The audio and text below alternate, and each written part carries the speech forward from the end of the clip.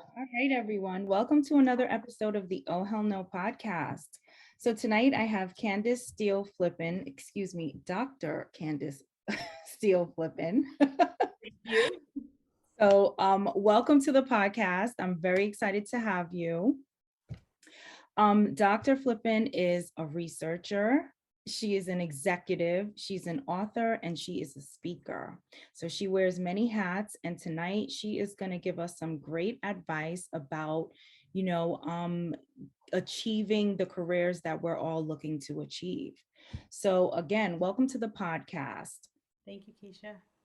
So, the first question I'd like to ask you is what was your major in college and what were your initial plans behind your major and what you thought you were going to be doing?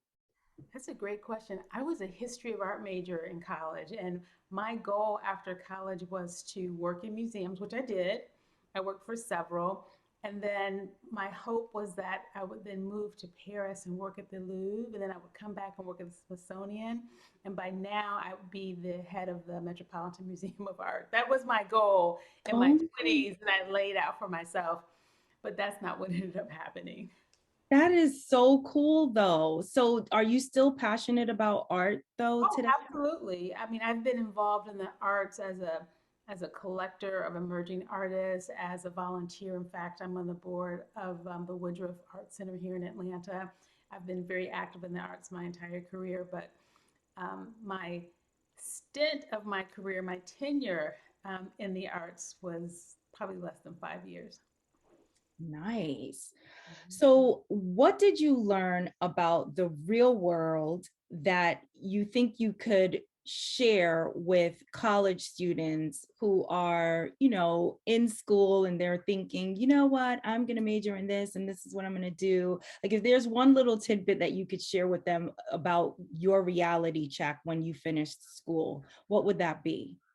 Oh, go for it. I think you should always follow your passions, but just know that as you live your life, careers are journeys. And so you want to be prepared to be able to take an opportunity if it comes along. I used to believe that careers were very linear. You're going to do this, then you're going to do this, and then you're going to do this. And in my late 20s, I went to a conference. And well, this is pre-pandemic when we were all together, but I went to a conference and there was several women at the conference who really impressed me. So I waited till after the conference was over and I went up to talk to them and I introduced myself to them and I said, would you mind if we ever had coffee, if I could come talk to you and learn about your career? And they said yes. And one of the women, I asked her about her career and I had my notepad and I thought she was going to tell me like the secret sauce. And what she said was, when I think about my career and how I got here, when I think about my friends and their careers and how they got to where they are at this point in our lives, it's all about being open to opportunity. And Nice. she said, I think that the plan that you have for yourself is wonderful. But if you are so focused on this plan that you have for yourself, you're going to miss out on something great because you won't have any room for considering or any room for considering anything else. And I took that to heart. And that was the best advice ever. I started my career working in museums, and that was great. And then I had an opportunity to go do something else because I was open. And that decision has taken me to over 30 countries, has had me work in multiple different fields. And I think that while maybe if my original plan had worked out, I'd still be happy. I've done things that I didn't even imagine. So my advice is go for it, but be open. Nice. I love that. Guys, I'm just going to change our view to gallery so that we can see each other at the same time. So I just wanted to let you know before I did that. So I love that advice because, yes, things are always changing. Sometimes what we have planned for ourselves is not how it's going to go, Right? probably most times, right? So I love that you gave that advice. I think that is spot on. So, how did you decide where you wanted to take your career, and what was the hardest part of getting on that track? So I wanted to stay open, but for me, I always wanted to have the opportunity to go as far as I could wherever I was. And so I wouldn't say I was after my boss's job per se, but I wanted to stretch myself so that if the opportunity existed for me to take my boss's job, that I would be ready. And so I was always looking for whoever I reported to prepare me to be able to do that one day, and having conversations like that. And I'll tell you, sometimes it worked out great and other times it didn't. But it wasn't like I was trying to push my boss out the door. It was really about, I admired this person. I felt that I had a lot to learn. So I always went to those environments where I could learn and grow and develop. And then the other thing is that, I learned that I'm a naturally curious person. And I just followed my curiosity. And it just took me places that I hadn't even thought I prepared for. And in the beginning, I didn't quite understand it. But what was happening is that people were seeing something in me in certain qualities and they Mhm. encouraged it. And so that was great. Nice. So tell us a little bit about what you have done in corporate America, just so people understand like what your day-to-day work was. So I have worked for a lot of different types of companies. I've worked in healthcare, I've worked in biotech, I've worked in pharmaceuticals, medical device, financial services, and now I work in industrial technologies. And all those times I've been in some discipline of communications and public relations, whether it was media relations, speaking with reporters, internal communications, helping a company understand how to communicate with its associates or employees, um, crisis communications, government affairs, community relations, corporate giving, marketing, um, meeting planning and events. So I've kind of covered the gamut. Now I am the chief communications officer for an industrial technology company based here in Atlanta called Acuity Brands. And my role is to help tell our message, communicate to our various stakeholders. I'm responsible for our brand, and I obviously cover media relations and internal communication. So it's a broad role. My day to day usually starts in the morning. Personally, I take a moment of gratitude when I first get up in the morning. I'm very thankful. I thank God for my life. I ask Him to protect my family. I pray for my friends. Um, some days of the week, I also work out, and then I read the news. So I'm scanning the news, trying to understand what's happening, in my city, in the country, in the world, a broader context, what that means for, my organization. And then I go to work. We have strategies that we're trying to execute. A lot of my time is spent in meetings, Mm. whether it's with my team or my other colleagues. And then when I have the opportunity, I love to be able to speak with those in my community. If I can have an opportunity to meet some of our customers or key partners, I want to be able to do that, and then executing on the goals that my team has established. Okay. So you have been doing this for a very long time. What would you say is your favorite part? Like, what do you love the most about working in communications? And then tell us, what do you struggle with? Everything that pretty much happens in our organization comes to the communications department. So I like the opportunity to be able to have this wide view of what's happening in our organization. And every day is different. Every single day is different. And so I like that variety that my job has to offer, and the role contributes to what we're trying to do to be successful. The other thing that I really enjoy is, I help people to understand what we're doing to focus us on a purpose. And, I think that we've all seen over the past few years about how important it is to know the value of what your work means to not only yourself, but also the larger society. So I get to help tell that story and craft that narrative so people understand. I often say to my team, when we deliver this communication, we want to deliver in a way that it's going to be easy for the person who receives it to go home, or in the pandemic, okay, leave one room and go into another room and have a conversation about, what's going on at your company today. And we can say it in plain English, and people will feel really good about what we're doing and their contribution to it. So I like that. I also like, the fact that, we get a chance to step outside of our walls and engage with our community so we can make them better. And so I love being able to do that.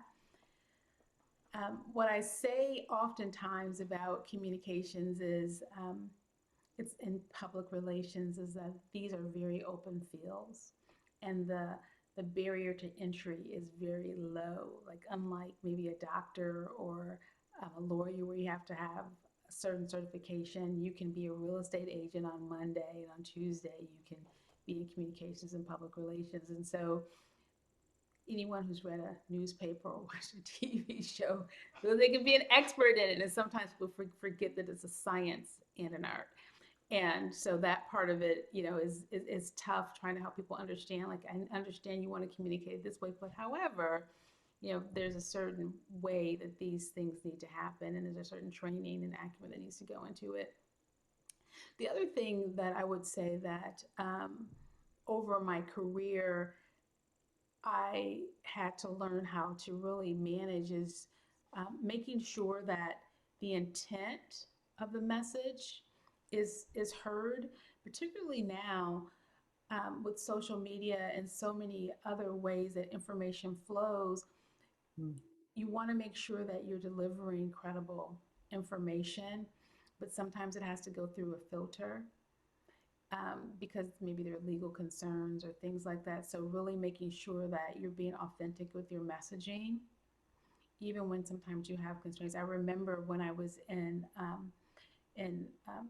healthcare in a regulated environment, there would be things that you just want to be able to say in plain English. But then you have to go back and make sure that you are following the regulations and then putting all the qualifiers into it.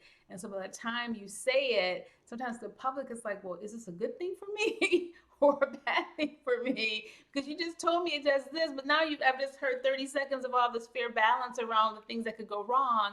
That is, it's a little confusing. So that's kind of like, the science and the art to make sure that you're providing the information that people need and that you're providing in a very transparent way, but then you're not confusing people about the message that you're delivering. Yeah, I absolutely agree. And I feel like that's what you said about people feeling like they're, I'm a communications, professional, right? Even though like they didn't study it, they have no idea what goes into, really being a communications professional. I feel like that's with just about everything nowadays, right? Because of the internet, everybody's jumping on, everybody's a therapist, everyone's a life coach, everyone's a doctor, even when they're not. So I definitely agree with you on that one. So people, please be careful.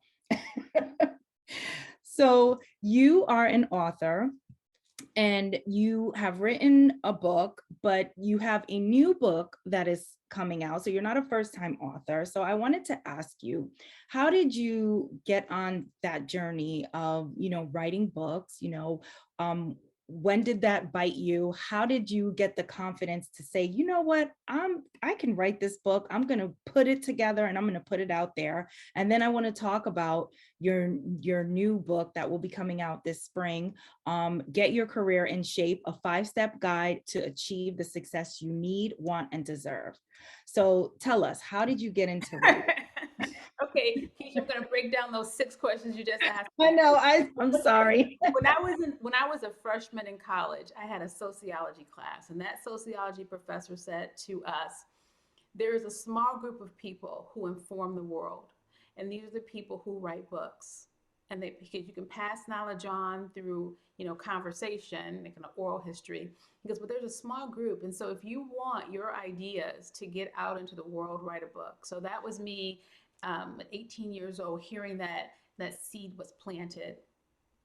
I have an older brother who received his doctorate, and his dissertation was published. And so he said to me, Candy, that's what my family calls me. So when I went to get my doctorate, he goes, oh, so you want to write it in a way so that when you finish, your dissertation can be published. Well, he was in a different discipline than I was. And I kept writing it. My advisors were like, no. And finally he was like, what are you doing? I'm like, well, I'm trying to write it in a certain way so it can be published. I didn't say it like my big brother. And my advisor said, listen, you have two choices. You can finish this and go through the next requirements and graduate, go on and write whatever you want, or you can spend years here trying to get this to perfection to be published, and I can guarantee you it won't. So you choose. I submitted that, and I am Dr. Candace Steele Flippin. Exactly. And as soon as I graduated, they asked me to become an engaged scholar fellow through the Weatherhead School of Management and their engaged scholars program to write. And so I'm like, aha, now I'm going to put my agenda together. So I decided to write about accelerating the leadership development of Gen Z, millennial, and Gen X women. And so that's how it started. Wow. Okay. So what made you want to write this five-step guide? What was the thing that kind of put this in motion for you? I have been so blessed. A lot of my friends have been so blessed in their careers. We have been able to achieve a lot, if not more than we ever thought. But that's not the case for a lot of women. And I often think about women who are working really hard, but they just can't seem to move up. I mentor a lot of women and they're stuck. Some people can't get out of their way. And so I did this study. Now it has thousands of women in it where I'm trying to understand what are we doing that gets in our way. So there are always going to be structural things or bias or things that get in your way that's outside of your control. Mm. That's just a reality of life. But I wanted to understand that being the case, what are the things that we do that if we worked on them, we could have success? And so I went in the field and did a qualitative study. And then I backed it up with a quantitative study. And I learned that there are five things that if women could do them, they better position themselves to have the success that they need, want, and deserve. Nice. See, that's where her research expertise comes in, guys. I'm a real doctor. So, would you say your book is for women or would you say your book is for everyone? The book is specifically written for women because that's where the research is. But I'll tell you, when people have reviewed it, they're like, "This could work for anybody," and maybe it could. But as a social scientist, I have to say that my research really focused on women. There were no men in the sample. I was really looking at interventions for women. And at the time, the reason was because women were starting to emerge in the workplace, and then after the pandemic, we were set back. A lot of women, there's some researchers who feel that women never make up that ground, or it'll be a long time to make up that ground, particularly for Black women. And so, the five steps, and we can talk about them, make sense for probably everyone, but the research was really focused on women. Yeah. So, I definitely want you to share the five steps. And then I want you to tell us why these specific five steps. I know you did research and stuff like that, but there are probably a lot of other steps that we need to take to be successful. So tell us a little bit more about why these five, and then please list them out for us. Okay, so um, as part of my research, I was trying to understand a number of things. If so, I asked women a series of questions. If you could start your career all over again, what would you have done differently? I asked, what advice, knowing what you know, would you give someone just starting out in their career? If you could do a do-over, what have you learned? What type of advice is more harmful than helpful? What did you wish you had known? And so with all of those thousands of data points, I then coded it to look for themes, and a number of themes emerged. And the top five themes that merged in the sample were first, needing to have a strong financial foundation. So I call that SAVE. And what happens, and I had to learn this for myself, when you don't have a strong financial foundation, it's hard for you to make decisions to advance or create opportunities for yourself, because you won't take a risk. If you have to take care of yourself or your family, you might not take a new job, because what if you're not successful in that job? Then, and you need the money, so you just don't. But when you have a strong financial foundation, you will invest in yourself, because you know that if it doesn't work out, you're going to be okay, because you can still pay your bills and take care of your family. The second one is around hard work. So a lot of women's like, I wish I had worked harder. I would tell this person to make sure you work hard. But it wasn't so much when I unpacked it about working hard, because that's obvious. You want to work hard. I'm not ever suggesting that anyone doesn't work hard. But it was really about being aligned with the person who evaluated them. So when I unpacked it, there were these stories about women being disappointed about not getting that promotion. And when you dug into it, they were sitting around waiting to be tapped. They didn't do all these other things, and they weren't aligned with the person who evaluated them. So that's hard work. So step 3 is around advocating for yourself, speaking up, being heard. So a lot of women talked about how they just did not speak up. They did not advocate for themselves, and they thought that if they had done that, maybe things would have been different in their career. The fourth is around perseverance. And so some women really lamented the fact that they gave up too soon. Or they didn't try hard enough, or stick into whatever they were doing to see if it would work out. And so that perseverance they felt they missed. And part of it was just because maybe they didn't believe in themselves or they would work out. So perseverance. And then the fifth is, I call educate. It's around being a lifelong learner. For some women, it'll be formal education. For others, it'll be training, on-the-job training, opportunities, certifications, those sorts of things. And the reason why is because a lot of women felt that they would have gone on to advance their career, but they didn't feel like they had the training or the background. A great example that some people may have heard is, if there's a job opportunity, and a man is looking at the opportunity, and he looks at his resume, he could be 10%, 20%, 60% of the way there, and he's like, yep, I'm going to go apply for that job. Where a woman would look at it and her resume, and unless it's line per line 100%, she won't try, because she doesn't believe she'll be successful, because she doesn't feel prepared. And education came into that as well. And so I believe that if you create a strong financial foundation for yourself, if you can be aligned with the person who's evaluating you, when the time is right, that you're able to speak up for yourself, make sure your voice is heard, and that that's respected. And if you can surround yourself with people who will help reinforce you, or have practices where you feel that you can manage the highs as well as those lows, and that you have the educational training or certification or lifelong learning in your hip pocket, so you feel prepared, then you've set yourself up for the best possible way to get your career in shape. Yeah, I love those. I think they are great points and great things to really work towards to, get that success that you're looking for.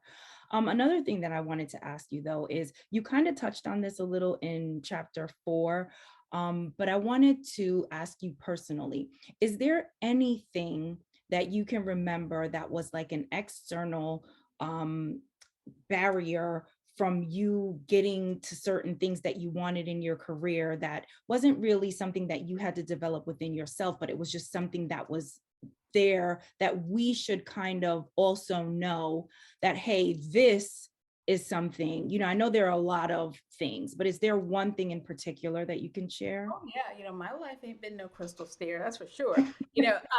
So bias exists. In my book, I talk about one time I was at lunch with 2 colleagues, and I was working my tail off for this organization, and there was someone who managed a book of business that was a fraction of what I managed, and he made like 35% more than I did. And the thing that was so devastating for me in the moment was he was complaining that he was underpaid. And so we're at lunch, and I'm just like, no expression whatsoever. But in my mind, I was thinking, oh, hell no. Absolutely. And but and I wasn't mad at him because go get yours. But I was thinking, oh, I have to remedy this for myself. And I went and I spoke to the head of that organization, got on her calendar, and I shared all the things that I had been contributing to the company and all those things, and they're telling me I'm a star. And I said, however, there's one thing we need to talk about, and that's my compensation. I really feel that it does not match my contribution or my commitment, and I need you to take a look at it because it's demotivating to me to know that these are not aligned. And I also said to her, I'm sure you, just like me, get calls from recruiters all the time. And I like it here. I don't want to leave. But these are my prime earning years. And I can't just leave money on the table. And in my mind, I'm thinking, since I know y'all are giving it out, that's what I'm thinking. And what was interesting to me in that discussion was her response. She said to me, Candace, I was in my 30s at the time. She goes, I was well into my 40s before I made the kind of money you're making right now. And I'm sure none of your friends make as much money as you do. She tried it. And so I said, now remember, I was an art history major, right? And so I said, well, actually, I can't speak to how you managed your career. I'm only thinking about how I manage mine in this conversation. And then I said to her, I am the least well paid amongst my friends. My friends are lawyers, they're business people, they're doctors, they're entrepreneurs. So if you want to pay me what my friends are paid, let's have that conversation. But the reality is they don't work here. I need to have a conversation about my compensation based on my merit. Let's Right. have that conversation.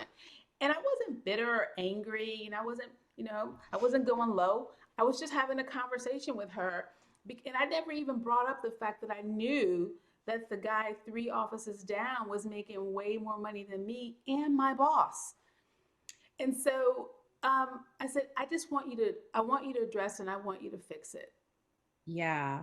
So I'm so glad you shared that story with us because this makes me ask this question. What do you feel about people sharing their salaries with each other or sharing their review information? Like, do you say that's an absolute no-no, or what are your thoughts on it? I'm mixed about it. I feel as though it's no good can come of it because um, there's always more, right? And if you're not on the high end, then you're not, and so you want that. So nothing good comes out of it. However, there are lots of other industries, like in the government, others where salaries are transparent. In corporate America, like the top salaries, they are on display. In nonprofit organizations, the top salaries are on display. So there's a lot of salary transparency. And what I have come to learn in my research is that people were like, well, if information for everything on the planet is a Google away, why not make that transparent as well? And so, while personally I believe that it doesn't always help, I can see the case for the transparency because it already exists. Yeah. Okay. And I and tend where it to, doesn't, people talk, and I that's what Glassdoor and Indeed, like people just go on and put it out there. So it's not like it's a secret anymore. Right. It's not. I think too, a lot of employers, they give a range. So, you could be working, with someone doing the same job and you're in this range and your range is a little bit higher than their range or their range is a little bit higher than your range. So, but I feel like you said, no good comes of it. And you just gotta, I don't know your worth and advocate for yourself, especially if you're being taken advantage of. Like if it's been like years and there's no raise, there's no bonus, nothing, like, you know. And it's interesting. So the story I told you, someone said to me, well, Candace, you were happy until you found out you were underpaid. So why were you so unhappy?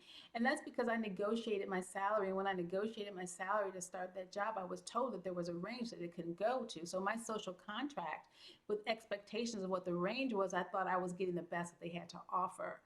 What was not clear to me was that there was more on the table, and that wasn't really the case. So yeah, I was happy based on the information that was available to me. But as soon as I got more information, Right. Wanted to go back and give them a chance to correct it because clearly there was some splaining to do and it just wasn't working out. And that happens every day, and what I will say is, that was quite a long time ago in my career. It's more acute now because the information that I got was just someone sitting next to me. And what was also interesting is my girlfriend, and she and I are friends to this day. Afterwards, to your point of transparency, I was like, "Did you hear what he said he got paid?" And she goes, "Yeah." And he's so unhappy about it. And then I said, "This is how much they're paying me." And she was like, "Oh," and she was just like, I'm like, I know. So I have got to get on this. It's shocking. I mean, it was so, it happens. It just happens. Yes, it definitely does. So, what would you say that the mindset should be for the reader before picking up this book? Because I feel like there's always some work that we need to do so that when we take in information, we're processing it with the right lens, for lack of a better phrase. But, what would you say that people should do? Some like prerequisite work before picking up your book and being able to execute. Go at your own pace. Go at your own pace. I talk about 5 steps. Maybe there's only one that you need to do, or maybe, go at your own pace. Don't feel as though you have to rush to, the green zone. In my book, I talk about red, yellow, and green zone. Red, you're just starting out. Yellow, you're really on your way. And green, you're like really, really getting what you need, want, and deserve. Go at your own pace. And just be open, and be honest with yourself about where you are and where you want to go, and just recognize that most things have trade-offs. And so as you move through your career, just like in life, to get something, sometimes you have to reprioritize where you are. Yep, I love that. Everything has a trade-off. It definitely does. So, what would you say is the biggest misconception about women, other than we lack? So, people always say we lack the self-confidence to kind of execute and get where we need to be. What would you say is a misconception about us based on your research and just you going through your own journey? I think that people miss, or I shouldn't say miss, they underestimate where women are in society and where we want to go. I believe that there is a unfortunately outdated perception about how far women can go and want to go, and we see that in the numbers of our representation, in the top 3 levels of a lot of organizations.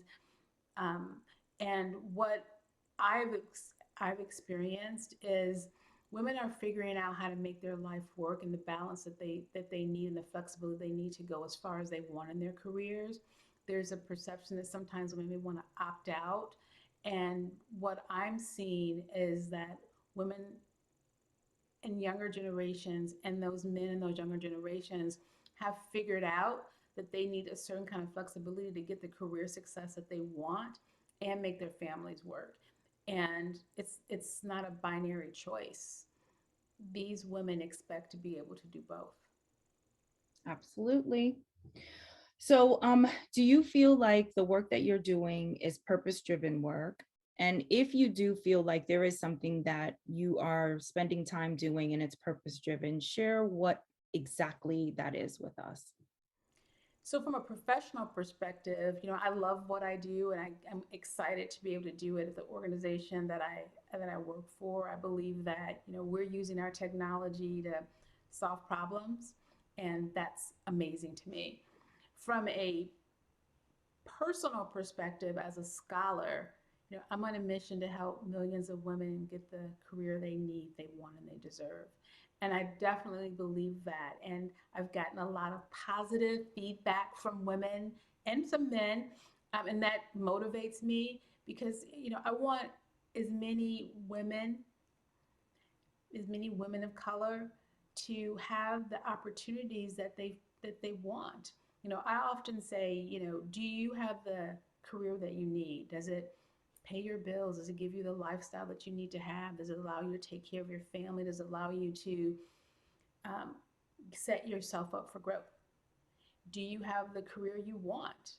Maybe you were in working in the museums and you decided you want to go to healthcare, so you want to pivot. Maybe you've raised your family and now you want to strike up, maybe have your own business. I mean, do you have the flexibility that you need to be able to do the things that you want to do? And then do you have the career you deserve? Have you put in the time and the work? Have you checked the boxes that you were told that you needed to check and did the inward work and the outward work? And are you ready then to go to that next level because you deserve it? And if the answer is no to any of those, then I have a option that you may want to consider to get yourself in shape to go get it. Yeah, I think that a lot of what I notice about the younger generation is they want things fast and they think that they're super ready for everything. At least the younger people that I've worked around, it's just like shocking, you know? So And, you know, I don't know. Have you experienced that? yeah, but I understand it. So think about it like this. When I was coming up, I often say it was a temporal effect that influences this phenomenon. I had to wait for stuff. When I was a little girl, TV went off. We didn't have hundreds of channels. Instant communication was a telephone. If I wanted to send a document to you, I could fax it. Who faxes anymore? I'm sure people do. But I I mean, sometimes. but I'm just saying, but versus an Right. email or a text or something like that. And so, so for us, patience was kind of built into our mode of operation. But for people now, like everything is instant. And even gaming, I remember we played outside, you won, you lost, things took time. You had to build up to accelerate. Now you could play a game if it takes you one try or 50 tries to advance. If you could do that in an hour or days, it doesn't matter. But the minute you master something, you go to the next level. So imagine that during your formative years, just doing something once, you move up to the next, or doing it twice, you move up to the next. Why would you want to do it for years and then move up to the next when you get into the workplace? It doesn't make sense to you because that wasn't your whole experience coming up. So why would you make me spend all this time? I've just demonstrated to you that I could do it. Whereas people who joined the workforce before me or those who joined along with me, we had to prove sustained performance over and over again before we could even kind of think we could raise our hand and move on. And they're like, we don't have time for that. And at Yeah. the same time, technology is such an enabler for them. And so they're like, why is this taking so long?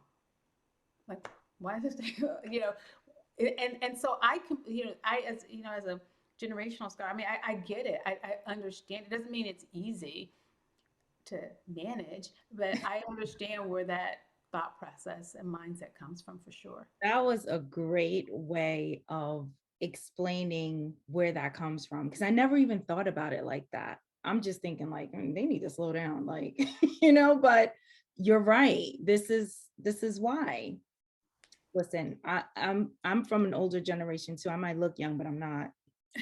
And I grew up where things took time. And I'm not saying it should take you 5 years to get a promotion, but you want to make sure that you're checking off those boxes, like you said, and you are ready to move to the next step and not just because you think it's way too long that you're ready, but making sure that you really are ready to take on additional responsibilities and be good at it.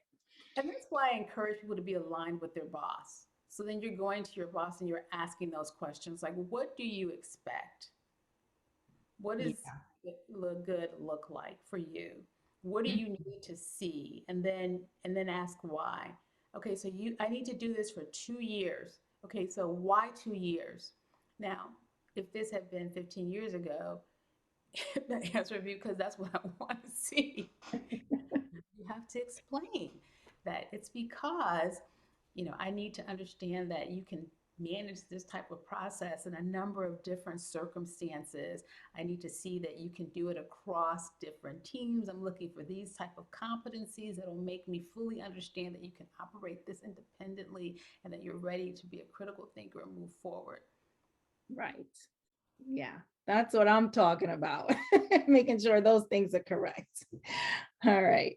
So, on the Oh Hell No podcast, I always ask my guests to share an Oh Hell No moment that has changed their perspective on something in their life or, taught them something.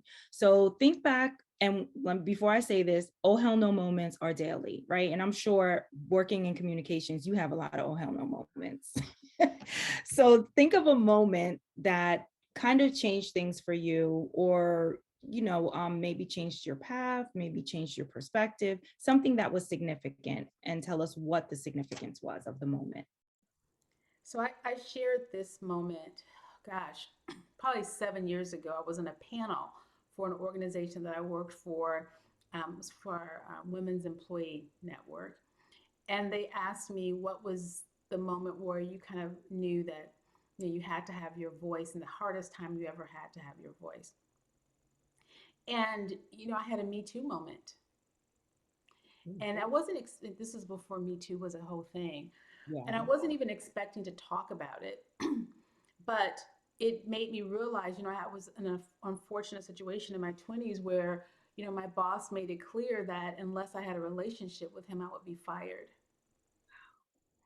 And as I talk in my book, I'm very fortunate now where I am, but at that time I was a financial train wreck. And so it was very difficult for me. And the question wasn't whether or not I was going to do it. For me, it was like, how am I going to take care of myself? Because I'm not doing that. And I ended up reporting him. And I remember going through that very difficult experience. But what it taught me is that my voice matters. And in the ensuing investigation, they learned that this person actually was a philanderer and he had been doing that to all these women in the organization for a while. But I was the only one that had the courage to speak up. And so it taught me the power of one person's voice and the power that that has to change things not only for yourself, but for so many other people.